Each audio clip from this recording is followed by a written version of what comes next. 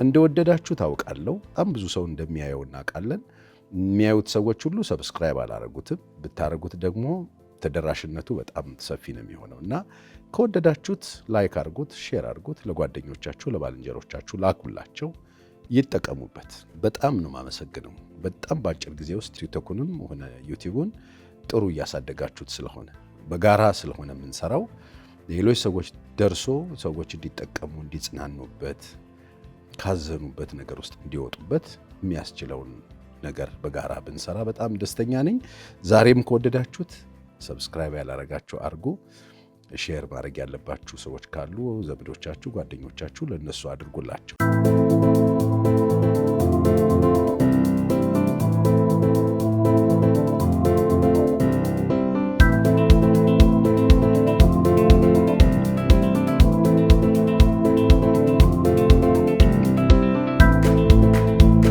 እንደምሰነበታችሁ ውድ ተመልካቾቼ፣ ሳምንቴን ጠብቄ የዛሬውን መልእክት ይዤላችሁ መጥቻለሁ። ባለፉት ጊዜያቶች በህይወታችን ውስጥ ህይወታችንን ስለሚያከብዱ ሰዎች የጀመርነው ሐሳብ አለ። እንግዲህ በምድር ላይ ስንኖር መጽሐፍ ሲናገር የሰው ህይወት በምድር ላይ ብርቱ ሰልፍ ነው ይላል። ራሱን የቻለ ሰው ለመኖር የሚከፍለው የየራሱ ዋጋ አለ።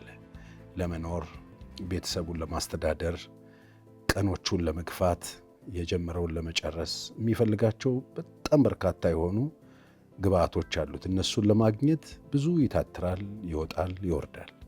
እንግዲህ በዚህ የትግል ህይወት ውስጥ ደግሞ እንደገና ተጨምረው ህይወቱን ደግሞ ከባድ የሚያደርጉበት ሰዎች አሉ። የነዛ ሰዎች ባህሪዎችን እያየን ምን ማድረግ እንዳለብን የተወሰነች ነገር ለመጣል እዚህ ቦታ ላይ መጥቼ ባለፉት ጊዜያቶች ጀምሬያለሁ። የዛሬውን ሐሳብ ይዤላችሁ ቀርቤያለሁ። እንግዲህ እነዚህ ሰዎች የሌሉበት ቦታ የለም። እነዚህ ሰዎች የሌሉበት ቤት የለም። በጣም በሄድንበት፣ በገባንበት፣ በወጣንበት፣ በሰፈራችን፣ በአካባቢያችን የትም ዓለም ብንኖር ከነዚህ ሰዎች ነፃ የሆነ ዓለም አለ ብዬ እኔ አላምንም። እነዚህ ሰዎች እነማን ናቸው? እነዚህ ሰዎች እየተከታተሉ የሚነቅፉን ነቃፊዎቻችን ማለት ነው። እንደዚህ አይነት ሰዎች አሉ በየሄድንበት። መቼም ልናስደስታቸው ማንችላቸው የምንሰራው ስራ ሁሉ የሚነቅፉ እየተከታተሉ የኛን ወይም እናረጋቸውን ነገሮች በተሳሳተ መንገድ እየተረዱና እያስረዱ የሚነቅፉን ሰዎች አሉ። ነቃፊ የሌለበት ሰው የለም። ስለዚህ ነቃፊ ወይም ነቃፊዎች ይኖሩናል። አንዳንዶቻችን ዎች ነው ያሉ፣ ነቃፊዎች ነው ያሉ። ብዙ የምናደርገውን፣ የምንወጣውን፣ የምንገባውን፣ የምንበላውን፣ የምንጠጣውን ሁሉ የሚነቅፉ በርካታ ሰዎች ያሉን ሰዎች አለን። እንደየአቅማችን፣ እንደየስራችን፣ ራሳችንን ወደ አደባባይ ባወጣንበት መጠን ልክ በጥቂቱም በብዙም የሚነቅፉን ሰዎች ይኖራሉ። እነዚህ የሚነቅፉንን ሰዎች በመጀመሪያ ደረጃ ማስደሰት እንደማትችሉ ማወቅ አለባችሁ። አታስደስቷቸው። የሚነቅፏችሁን ሰዎች ለማስደሰት የምትታትሩ እንደው የሚነቅፏችሁን ሰዎች እንዲጠፉ ብላችሁ ለነሱ ብላችሁ አቋም ለመቀየር ለነሱ ብላችሁ ውሳኔያችሁን፣ ዕውቀታችሁን፣ ሐሳባችሁን የእናንተን የሆነ አቋም ለመለወጥ የምታስቡ ሰዎች ካላችሁ ከወዲሁ እንድታርፉ ለማሳሰብ እወዳለሁ። እነዚህን ሰዎች አስደስታለሁ ብላችሁ የምትቀይሯቸው ነገሮች ማንነታችሁን ያሳጣችኋል። ስለዚህ በትክክል ለምታደርጉት ነገር ትክክለኛ ግንዛቤ ያዙ። ትክክለኛ ውሳኔ መወሰናችሁ እርግጠኛ ሆኑ። ማድረግ ያለባችሁን ነገር በአቅማችሁ ልክ ወይም ደግሞ እንደሚገባ ማድረጋችሁ እርግጠኛ ሆኑ። ከዛ ውጪ እነዚህ የሚነቅፏችሁን ሰዎች እናስደስታለን ብላችሁ የግል ውሳኔያችሁን፣ የግል ሐሳባችሁን፣ የግል የእናንተ የሆነውን አቋም፣ እምነት መጣልና መልቀቅ የለባችሁ። ስለዚህ የሚነቅፏችሁ ሰዎች ለመሸሽ በጣም በተለይ በትዳር ውስጥ ያሉ ሰዎች ጠዋትና ማታ ነቃፊ ባል ያላት ሚስት ከዚህ ኑሮ በወጣው በተገላገልኩ ነው የምትለው። ጠዋትና ማታ የሚነቅፍ ሚስት ያለው ባል ብን ብዬ ልጥፋ ብለው ለመኮብለል እያሰባችሁ ያላችሁ ሰዎች ካላችሁ አታድርጉት። በቃ እንደዚህ አይነት ሰዎች ጋር መኖር የምትችሉበት ጥበብና እውቀት፣ ጸጋ መጠየቅ በጣም ነው የሚያስፈልገው። ስለዚህ እነዚህ ነቃፊዎች በምንድን ነው የሚነቅፉን? እነዚህ ነቃፊዎች ሁል ጊዜ ፍጹምነትን ነው የሚጠብቁት። ፍጹም ደግሞ የሚባል ሰው የለም። መልካም ሰው ሊኖር ይችላል፣ መልካም ቤት ሊኖር ይችላል፣ ፍጹም ቤት የለም። መልካም ትዳር ሊኖር ይችላል፣ ፍጹም ትዳር የሚባል የለም፣ ኖሮም አያውቅም። እንግዲህ ሁልጊዜ ፍጹምነትን የሚጠብቃሉ። እነዚህ ሰዎች የሚነቅፉባቸው ነገሮችን አያጡም። ሁልጊዜ ፐርፌክሽን ነው የሚፈልጉት። ይመጡ በተሰራ በአማረ በጸዳ ነገር ላይ መጥተው እንከን ነው የሚፈልጉት። እነዚህ ሰዎች ይታወቃሉ። ስለዚህ በቤት ውስጥ ሲኖሩ ህይወትን ያከብዳሉ። አካባቢያችን ሲኖሩ ህይወትን ያከብዳሉ። ለምሳሌ በጣም በቀላሉ ልብስ ለምን አልተተኮሰም ይላሉ።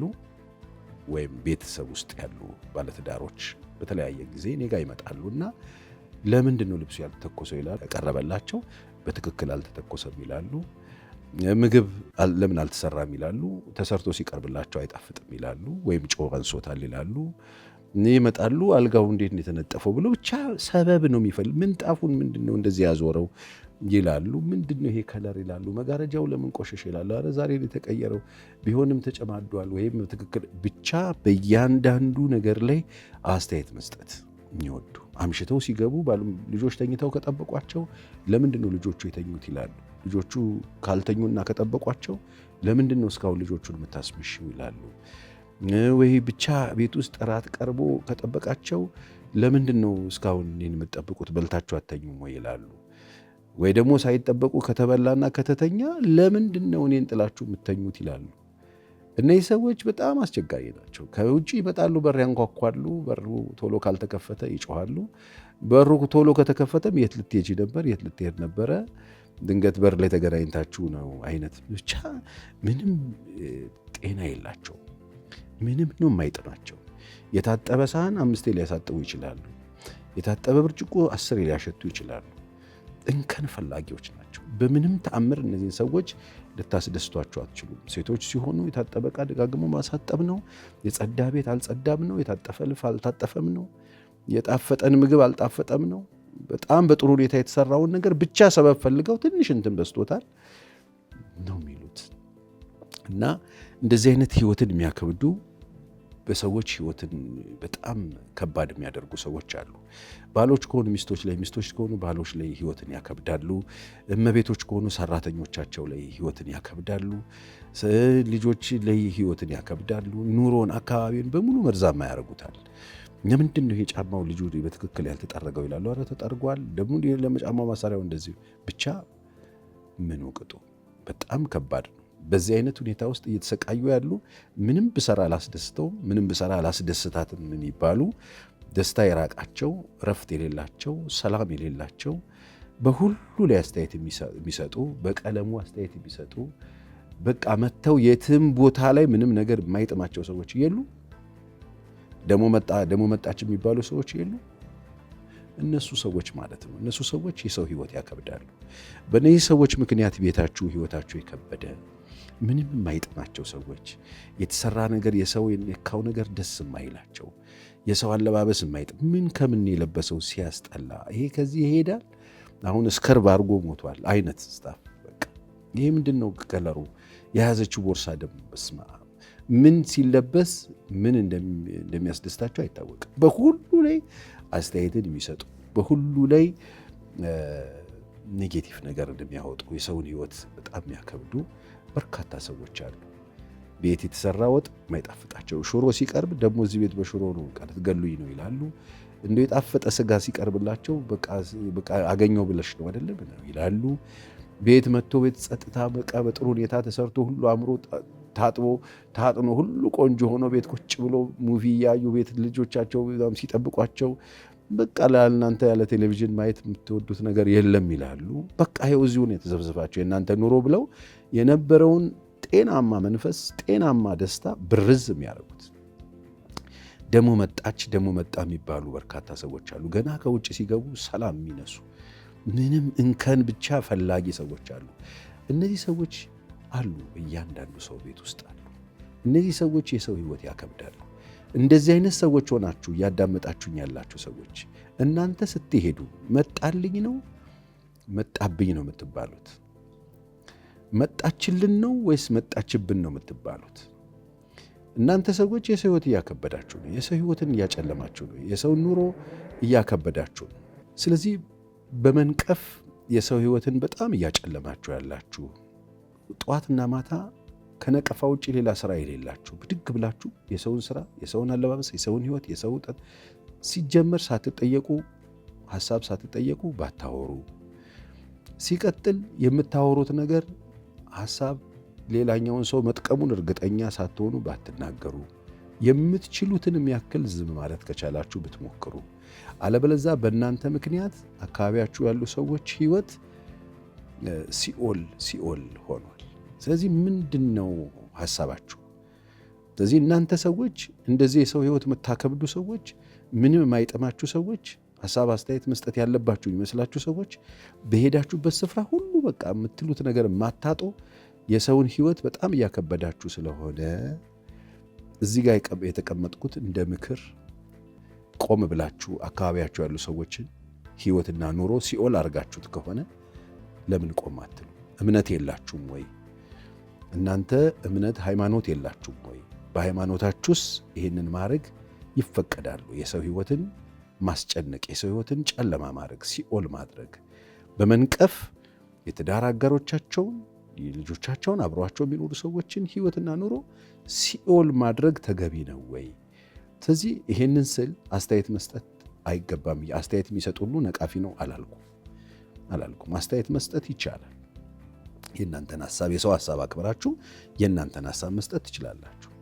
አሁን እኮ እነዚህ ነቃፊዎች እኮ አስተያየት አይደለም የሚሰጡት እኮ እንደዚህ መሆን ነበረበት ነው የሚሉት። ሌላው ሰው ሐሳብ፣ ሌላ ሰው ፈቃድ፣ ሌላ ሰው የራሱ ፍላጎት ያለው እስከማይመስል ድረስ እነዚህ ሰዎች መጥተው የራሳቸውን ሐሳብ ይሄ ነው መሆን ያለበት። ይሄ እኮ ሐሳብ አይደለም።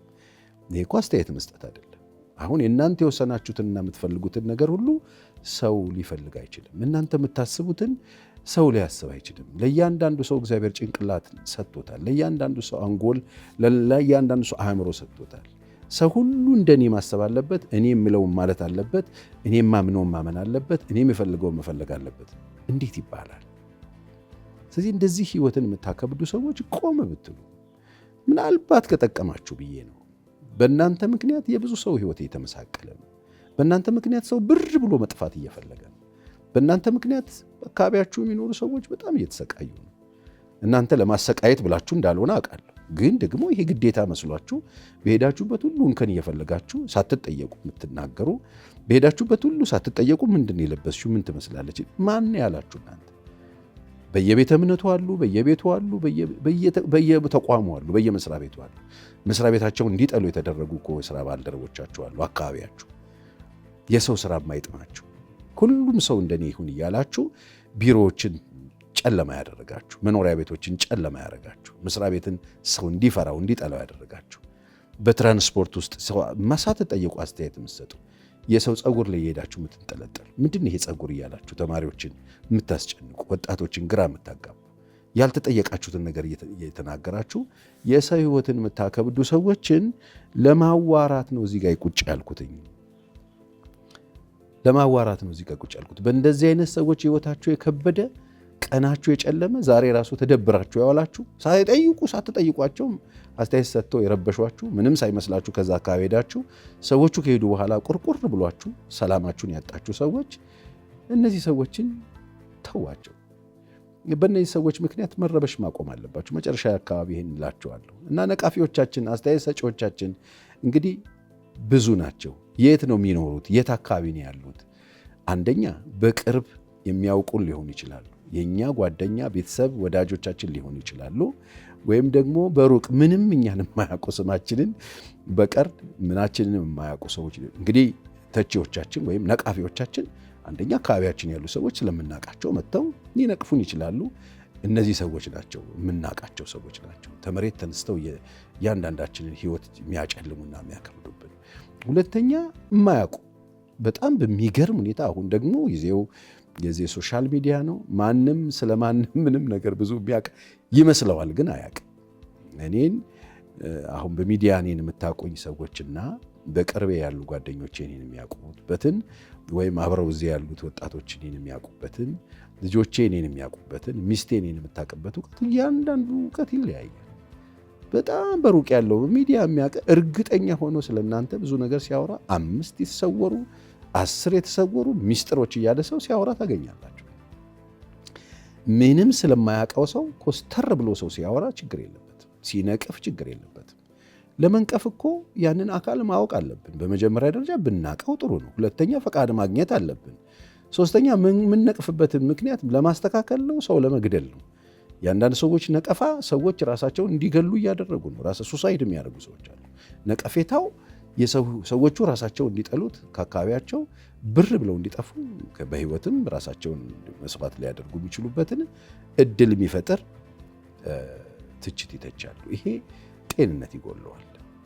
ልብን ለማቅናት ቢሆን ጥሩ ነው ትችቱ። እንግዲህ አስተያየት ሰጪዎች ሁሉ ነቃፊዎች ናቸው አላልኩም። በእኔ አገልግሎት አስተያየት የሚሰጡ ሰዎች አሉ። አስተያየትን አውቃለሁ፣ አስተያየትና ትችት አውቃለሁ። ለምሳሌ የዚህን ያህል ብዙ ባይኖርም ግን ደግሞ አስተያየት ሲሰጡኝ ሰዎች በደንብ ታንጽበታለሁ።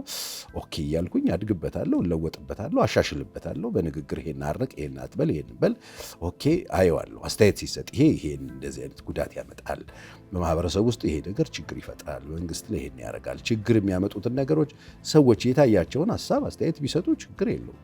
ተመሬት ተነስተው ግን መንቀፍ፣ ብድግ እያላችሁ ወጣቶችን ብድግ እያላችሁ የሚሰሩ ሰዎችን ብድግ እያላችሁ ሰዎችን መንቀፍ ትክክል አይደለም። የሰው ህይወትን አታጨልሙ፣ የሰው ህይወትን አታክብዱ። ከየት ነው የሚመጡት? ቤተሰባችን አካባቢ ያሉ የማያውቁን ምናችንን የማያውቁ ሰዎች አሉ። አብረውን የሚሰሩ ሰዎች አሉ። የሚነቅፉ ሰዎች ከየትም እኮ አይመጡም። ከሰማይ እንደ ዝናብ ዘንበውብን እኮ አይደለም። አብረውን የሚሰሩ ሰዎች ይመጣሉ። የገዛ ወንድሞቻችን እህቶቻችን ሊሆኑ ይችላሉ። ምን እናርጋቸው? የራሳችን ሰዎች ብድግ እያሉ ሳንጠይቃቸው አስተያየት እንዴት ነው ሳንላቸው እንደሱ ሊያደርጉን ይችላሉ። ምናልባት ደግሞ አማኞች ስንሆን አብረውን የሚያመልኩ፣ አብረውን የሚያገለግሉ፣ አብረውን የሚወጡ፣ አብረውን የሚገቡ ጎረቤቶቻችን፣ አካባቢያችን የሚኖሩ ሰዎች ሊሆኑ ይችላሉ። ስለዚህ የሚነቅፉን ሰዎች ከየት ነው የሚመጡት? አሁን ካልኳቸው አካባቢ። የሚነቅፉበት ምክንያት ምንድን ነው? ምኑንም አግኝተው ይነቅፉበታል። ስለዚህ ምንድን ነው ፓስተር ቸሬ እየነገርከን ያለው? ህይወትን የሚያከብዱ ሰዎች አሉ። ህይወታችሁ በእነዚህ ሰዎች የከበደ ሰዎች ከእናንተ ጋር ለመነጋገር ነው እዚህ መጣሁት። በዚህ ጉዳይ ህይወቴን በጣም አክብዶት ነበረ፣ ህይወቴ በዚህ ነገር ከብዷል። እውነት ነው ፓስተር ቸሬ የምትሉ ሰዎች ኮሜንት ላይ ኮሜንት አድርጉ፣ ሀሳብ አስተያየት ስጡ። ስለዚህ ከዚህ ውጭ የሆነ ሰው ምድር ላይ የለም። ስለዚህ ነቃፊዎችን መኖራቸው መታወቅ አለበት። መኖራቸውን ማወቅ የኛ ብቻ እንዳልሆነ እኔ ምን አድርጌ ነው እያላችሁ የምትሰቃዩ ሰዎች ኮሜንት እያያችሁ ሰዎች የሚነቅፏችሁን ነቀፋች እየሰማችሁ ህይወታችሁን የጠላችሁ፣ ራሳችሁን የጠላችሁ፣ የተደበራችሁ፣ ድባቴ ውስጥ የገባችሁ ሰዎች ካላችሁ እናንተን ሰዎች ለማጽናናት እነዚህ ሰዎች የሌሉበት ቦታ፣ የሌሉበት ቤት፣ የሌሉበት መስሪያ ቤት፣ የሌሉበት ሰፈርና ቀበሌ ሀገር የለም። እወቁ ይሄን። ስለዚህ እነዚህ ሰዎች አሉ። እነዚህ ሰዎችን እንዳሉ ማወቅ የምንኖርበት ዓለም እነዚህ ሰዎች እንደ ጭቃ እሾክ ናቸው አሉ። በቃ የት ጋር መቼ እንደሚወጉድ አናውቅም። ስለዚህ በጣም በጥንቃቄ መኖራቸውን ማወቅ ላይፍን የሚያቀል ስለሚመስለኝ ነው እዚህ ጋር የመጣሁት። ስለዚህ በእነዚህ ሰዎች ምክንያት ህይወታችሁ የከበደ፣ በእነዚህ ሰዎች ምክንያት ህይወታችሁ የጨለመ ሰዎች ካላችሁ ቆም በሉና ራሳችሁን ፈትሹ። ምን ሆኜ ነው በሉና። ምክንያቱም እነዚህ ሰዎች ምንም ብታደርጉላቸው ልታስደስቷቸው እንደማትችሉ ወቁ። በመጀመሪያ ለእነሱን ለማስደሰት የምትጥሩትን ጥረት ማቆም አለባችሁ። የእነዚህ ሰዎች ደስታ ከራሳቸው የራቀ ነው። እናንተ እነሱ ማስደሰት አትችሉም። ኦልሬዲ ውስጣቸው የተረበሸ ነው። የእነዚህ ሰዎች አባዜ ምንድን ነው? ትልቅ የመሆን አባዜ። በቃ አስተያየት ካልሰጡ ትልቅ የሆኑ አይመስላቸውም። አለቃ የሆኑ አይመስላቸውም። ካልጮሁ፣ ሰው ላይ አስተያየት ካልሰጡ፣ ካልነቀፉ ባለቤት የሆኑ አይመስላቸውም። ወይ ደግሞ በዚህ ነገር ላይ አለቃ መጫወት የሚፈልጉ፣ ጌታ መጫወት የሚፈልጉ፣ አለቅነትን የሚያገኙ ስለይመስላቸው፣ አስተያየት ሲሰጡ የበለጡ ስለይመስላቸው ይህንን ያደርጋሉ። ስለዚህ እነዚህ ሰዎችን ለማስተካከል ብዙ ጥረት ማድረግ የለብንም። ይኖራሉ፣ ዛሬም ነገም ይኖራሉ፣ ወደፊትም ይኖራሉ። ስለዚህ የትልቅነት አባዜያቸውን እዛው ተሸክመውት መኖር ይችላሉ። ለራሳቸው የፈጠሩት ቅዠት አለ፣ የቅዠት ዙፋን አለ። ትልቅ ነን ብለው ያስባሉ። ንጉሥ ነን፣ ንግሥት ነን አይነት ስታፍ አለ፣ የሚያስቡት ነገር አለ። እና የእነዚህ ሰዎች በሽታ ነው፣ ሲጀመር በሽታ ነው። የራሳቸው ዓለም ፈጥረው በቃ እኛ ኦነር ነን ብለው ያስባሉ። እኛ ገዢ ነን ብለው ያስባሉ። ሴቶች ከሆኑ ንግሥት ነን ብለው ያስባሉ። ወንዶች ከሆኑ ንጉሥ ነን ብለው ያስባሉ። ነገርን ሁሉ ቁልቁል ማየት ስለሚፈልጉ ከነሱ የሚሻል የሚያስብ ያለ ሰው ስለማይመስላቸው የነዚህ በሽታ በጣም የተጠናወታቸው በሽታ በጣም ጥልቅ ነው። ሌላ ሰው ምንም የሚያውቅ አይመስላቸው፣ እነሱ ብቻ ነው የሚያውቁ ይመስላቸው። እንግዲህ እንደዚህ አይነት ሰዎች ምንም አይነት ነገር ሰርታችሁ አስደንቃችሁ፣ ምንም አይነት ነገር ሰርታችሁ እነሱን ደስ አሰኛለሁ ብላችሁ ማሰባችሁን ማቆም አለባችሁ። አታስደስቷቸው። የምትችሉትን ስሩ። እነሱ አስተያየታቸውን ይስጡ። እነሱ የሚሉትን ይበሉ። የእነሱ አስተያየትም ሆነ የሚሉትን ትችት ወደ ውስጣችሁ ሳታስገቡ መቀጠል አለባችሁ። በተቺዎች ልባችሁ ተሰብሮ በልዩ ልዩ መንገድ አገርን፣ ትውልድን፣ ሰዎችን የሚጠቅም ነገር ይዛችሁ ጥግ የያዛችሁ ሰዎች በተቺዎች ምክንያት መሰበርን፣ ስራውንም የምታደርጉትን ግልጋሎት ማቆም የለባችሁ። ተቺዎች አሉ፣ ወደፊት ቢሆን ስለተተቻችሁ እንደዛ ናችሁ ማለት አይደለም። አንድ ሰው እንደፈለገ አድርጎ እናንተን ሊያስባችሁ ይችላል፣ ሊናገር ይችላል። በዛ ነገር ውስጥ እናንተ ከሌላችሁ ያለ ስማችሁ ስለሆነ የተጠራችሁት አቤት ማለት አለባችሁ ብዬ አላስብም። ስለዚህ ምንም አይነት ነገር ሰርታችሁ ብታቀርቡ ምክንያት ስለማያጡ እነሱን ደስ እናሰኛለን ብላችሁ በጣም መጨነቅን፣ ሐሳብን፣ አቋማችሁን፣ እምነታችሁን መቀየር የለባችሁ። እነዚህ ሰዎች ሁል ጊዜ ልክ ነን ነው የሚሉት፣ ስህተት አንሰራም ነው የሚሉት፣ ራሳቸውን ትንሽዬ አምላክ ነው የሚያደርጉት። ስለዚህ ሁሌ ጊዜ ፐርፌክት ነን ብሎ ያስባሉ። እነሱ መሆን አለበት ብለው የሚያምኑትን መደረግ አለበት ነው እንጂ ይሄ ቢሆን ብሎ ሐሳብ አይደለም የሚሰጡት። አስተያየታቸው ይሄ ነው። ስለዚህ ይሄንን የሰውን እምነት በእነዚህ ሰዎች ምክንያት እምነታችሁን፣ አቋማችሁን፣ አመለካከታችሁን፣ ድርጊታችሁን፣ ተግባራችሁን በየዕለቱ ልትሰሩት ይዛችሁት የመጣችሁትን ጠቃሚ ነገር በእነዚህ ሰዎች ምክንያት መቀየር የለባችሁ። እነዚህን ሰዎች ብትቀይሩም ስለማታስደስቷቸው። ምናልባት የሚታወቅ አንድ ታሪክ አለ። ሰውየው ከልጁ ጋር በበቅሎ ተቀምጦ የሚሄደውን ታሪክ ታውቁታላችሁ። ሰውየው ፈረሱ ላይ ቁጭ ብሎ ነው በቅሎ ላይ ተቀምጦ ሲሄድ ልጁ ይዞ ከታች ይሄዳል። አካባቢ ሰዎች አዩት። ኧረ በስመ አብ ሰውዬ ምን አይነት ጨካኝ ነው፣ ልጁን መሬት አድርጎ እሱ ፈረሱ ላይ ቁጭ ብሎ ይሄዳል አሉ። ኦኬ ልክ አይደለውም ማለት ነው አለ። ከዛ ልጁን አመጣሁና አስቀምጦ እሱ በእግሩ መሄድ ሲጀምር የዛሬ ልጅ ምን አይነት እንደው አስቸጋሪ ሰዎች ናቸው፣ ይሄ ትውልድ 8ኛ ሺህ እንዴት አባቱ በእግሩ ይሄዳሉ። ኦኬ ይሄም ትክክል አይደለም። ስለዚህ አባትየውና ልጅየው ፈረሱ ላይ ቁጭ ብሎ መንገድ ጀመሩ። አሁንም እየሄዱ አቤት አቤት የሰው ጭካኔ፣ ለእንስሳ የሚባል ጨርሶ አያዝኑም አሏቸው። ይሄ ነገር ብለው ወረዱና ሁለቱም ፈረሱን በእግሩ እነሱ በእግራቸው ሲሄዱ ምን አይነት ቂሎች ናቸው፣ ዝም ብለው እንዴት በእንደዚህ አይነት ሁኔታ ይሄዳሉ? ፈረስ ይዘው በእግራቸው እነሱ ይሄዳሉ አሉ። እንግዲህ የቱ ጋር ነው ትክክል የሚሆነው ነው? አያችሁ፣ ሁልጊዜ እነዚህ ተቺ ሰዎች ምንም ብታደርጉ ስለማይምሯችሁ ተዋቸው። የእናንተን አቋም እግዚአብሔርን የሚያከብር መሆኑን፣ ሰዎችን የሚጠቅም መሆኑን ካመናችሁ ጓሄድ ሀሳብ አስተያየት አይቀርላችሁ። ስለዚህ ከተቺዎች ከነቃፊዎች ውጭ የሆነ ዓለም እየፈለጋችሁ ከሆነ ያላችሁት የለም። ስለዚህ በማንኛውም ነገር ራሳቸውን በጣም አዋቂ ስለሆነ የሚያደርጉት በየትኛውም ነገር ላይ መጥተው ሀሳብና አስተያየት ሲሰጧችሁ ስሙት፣ ወደ ውስጥ ግን አታስገቡት። የእነሱ ሀሳብ እናንተ ህይወት ላይ ምንም የሚፈጥረው ነገር እንዳይኖር አድርጋችሁ ሽባ ማድረግ ትችላላችሁ። የእነዚህ ነቃፊዎች አስተያየት ሰጪዎች አላልኩ። አስተያየት ሰጪዎች አራቂዎች ናቸው፣ አራሚዎች ናቸው፣ ሀያሲዎች ናቸው። ህይወታችንን በተሻለ እየጠራ እንዲሄድ፣ እንደ ወርቅ እየደመቅን እንድንሄድ እንዳንደብስ የሚያደርጉ ናቸው።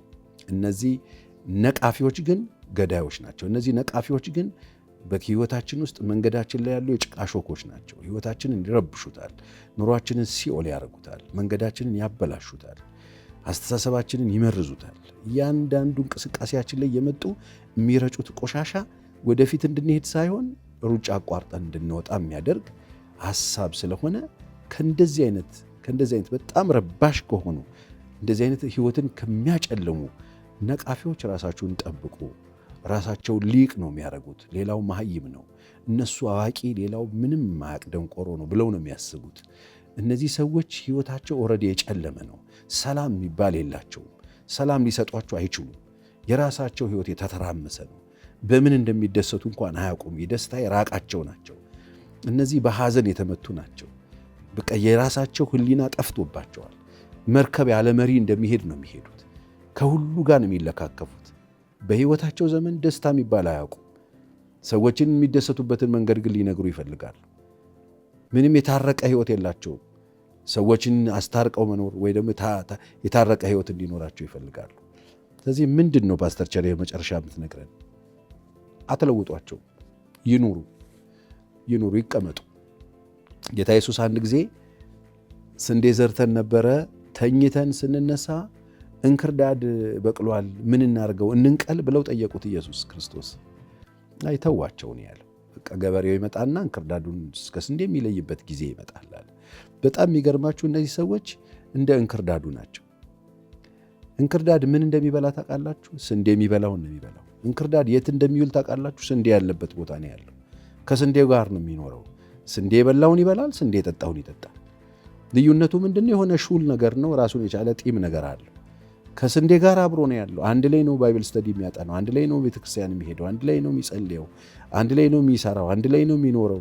ግን እንክርዳድ በዚህ እንክርዳድና ስንዴ መካከል አብረው የመኖር እድላቸው ግድ ስለሆነ እነዚህ ሰዎችን ለመለወጥ እንክርዳድን ምኑትንም ያክል ስንዴዎች ተባበራችሁ ብትመክሩት እንክርዳድ ስንዴ አይሆንም። ስንዴ መሆን አይችልም።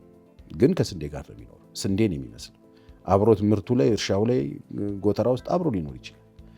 ስለዚህ የሚለየው መጨረሻ በላተኛው መጨረሻ አገልግሎት ሊሰጥ ሲል እንክርዳድና ስንዴ ይለያያሉ። ስለዚህ ምንድን ነው የምትነግረን? ስለማትለውጧቸው ይኑሩ፣ ይቀመጡ። የሚለየው መጥቶ በጊዜው የሚለይበት ጊዜ ስለሚመጣ ይሄንን እንድታስቡት ለማድረግ ነው እዚህ ያለሁት። ውድ ተመልካቾች እንግዲህ በእንክርዳድና በስንዴ መካከል ያለው ልዩነት የፍሬ ነው። እንክርዳድ የሚሰጠው አገልግሎትና ስንዴ የሚሰጠው አገልግሎት ለየቅል። እንደውም ታላቁ ሙዚቀኛው ጥላሁን ገሰሰ ይመስለኛል እንክርዳድ እንክርዳድ እንክርዳድ የተንከረደደ ስንዴ መስሎ ገብቶ ስንቱን አሳበደ እንዳለ የብዙ ሰዎችን ሕይወት ነው እብድ የሚያደርገው። ስንዴን የሚመስለው ግን ብዙዎችን ያሳበደው በጣም የሚገርም ስንኝ ነው። ስለዚህ በእንክርዳድና በስንዴ መካከል ያለው ልዩነት ስንዴ ሲጠቀሙት ዳቦ ተውናል የተለያየ። እንክርዳድን ለብቻ ግን አብኩታችሁ ብትጋገሩት ሕይወታችሁ እንዴት እንደሚጨልም አስቡት። ዛሬ እንክርዳድ የሆነ ሕይወት ያላቸው እንደዚህ አይነት አስካሪ ሕይወት ያላቸው የሰዎችን ሕይወት ጨለማ የሚያደርጉ ሰዎች ቢሮ ሄዱ እስቲ። ሕይወታችሁን አስክረውት ይለቋቸዋል። ቀናችሁን አጨልሞት ይለቋቸዋል። ስለዚህ እኔ እንክርዳድ ነኝ ስንዴ በሉና ጠይቁ። በምን እንደምታውቁ ታውቃላችሁ? በፍሬዎቻችሁ። ሰዎች ወደ እናንተ መጥተው ተመረው ይሄዳሉ፣ ተደስተው ይሄዳሉ፣ ሐሴት አድርገው ይሄዳሉ፣ ተከፍተው ይሄዳሉ። ወደ ቢሮአችሁ ሊሆን ይችላል፣ ወደ ሕይወታችሁ ሊሆን ይችላል፣ ወደ ዳራችሁ ሊሆን ይችላል፣ ወደ ጓዳችሁ ሊሆን ይችላል። እነዚህ ሰዎች ሲመጡ ይዘውት የሚመጡት ውጤት ይሄንን ነው። በእንክርዳድና በስንዴ መካከል ያለው ልዩነት ስለሆነ ይሄንን በደንብ እንድታስተውሉ ያስፈልጋል። አትለውጧቸውም። ስንዴው ውስጥ ነው የሚኖሩት፣ አብረው ነው የሚቀጥሉት። በእያንዳንዱ ሕይወታችሁ ውስጥ መጥተው እንደ ትልቅ እንደ እንክርዳድ ታውቃላችሁ፣ ከስንዴ በላይ ምናምን አድጌያለሁ ሊል ይችላል። ግን እንክርዳድ በዚህ አጋጣሚ ውድ ተመልካቾቼ ሕይወታችሁን ያጨለመባችሁ እንክርዳድ ማን ነው? በእንክርዳድ ለምንድን ነው ስንዴ ግራ የምትጋባው? የቱንም ያክል እንክርዳድ የቱንም ያክል ቢያድግ የቱንም ያክል በልጭ ያለው ብሎ አስተያየት ቢሰጥ ስንዴን መሆን አይችልም። ስንዴ ደግሞ እንክርዳድን ለማስደሰት የሚያደርገው ምንም አይነት ጥረት ቢሳካለት እንክርዳድን በቃ እንክርዳድ፣ ስንዴ ምንም መሆን አይችልም ስንዴ። እዚህ ይህንን ለማለት ነው የመጣሁት። ውድ ተመልካቾቼ በቀጣይ ሳምንት በሌላ ርዕሰ ጉዳይ እንደዚሁም ከማህበረሰባችን ውስጥ ያለ ሕጸጾችን እያወጣን የእናንተን ሀሳብ አስተያየት እየተቀበልን ቢጠቅሙ ብለን የምናስባቸውን ሀሳቦች እዚህ ቦታ ይዤላችሁ ቀርባለሁ። ዛሬም ዩቲዩባችንን ተከታተሉ፣ ሰብስክራይብ አድርጉት፣ ሼር አድርጉት፣ ለሌሎች ሰዎች ተደራሽ እንዲሆን አድርጉ። በቲክቶክ አካውንታችንም ላይ ገብታችሁ ሌሎች ሰዎች እንዲጠቀሙ አድርጉ። ማህበረሰብ የሚጠቅም ህዝቦችን የሚጠቅም ሰዎችን የሚያጽናና ሰዎችን የሚደግፍ ነገር በዚህ ሚዲያ ይቀርብላችኋል። ዛሬን በዚህ ያበቃው። በሚቀጥለው ሳምንት በሌላ ርዕሰ ጉዳይ እንገናኛለን። መልካም ቀን ይሁንላችሁ። ቻው።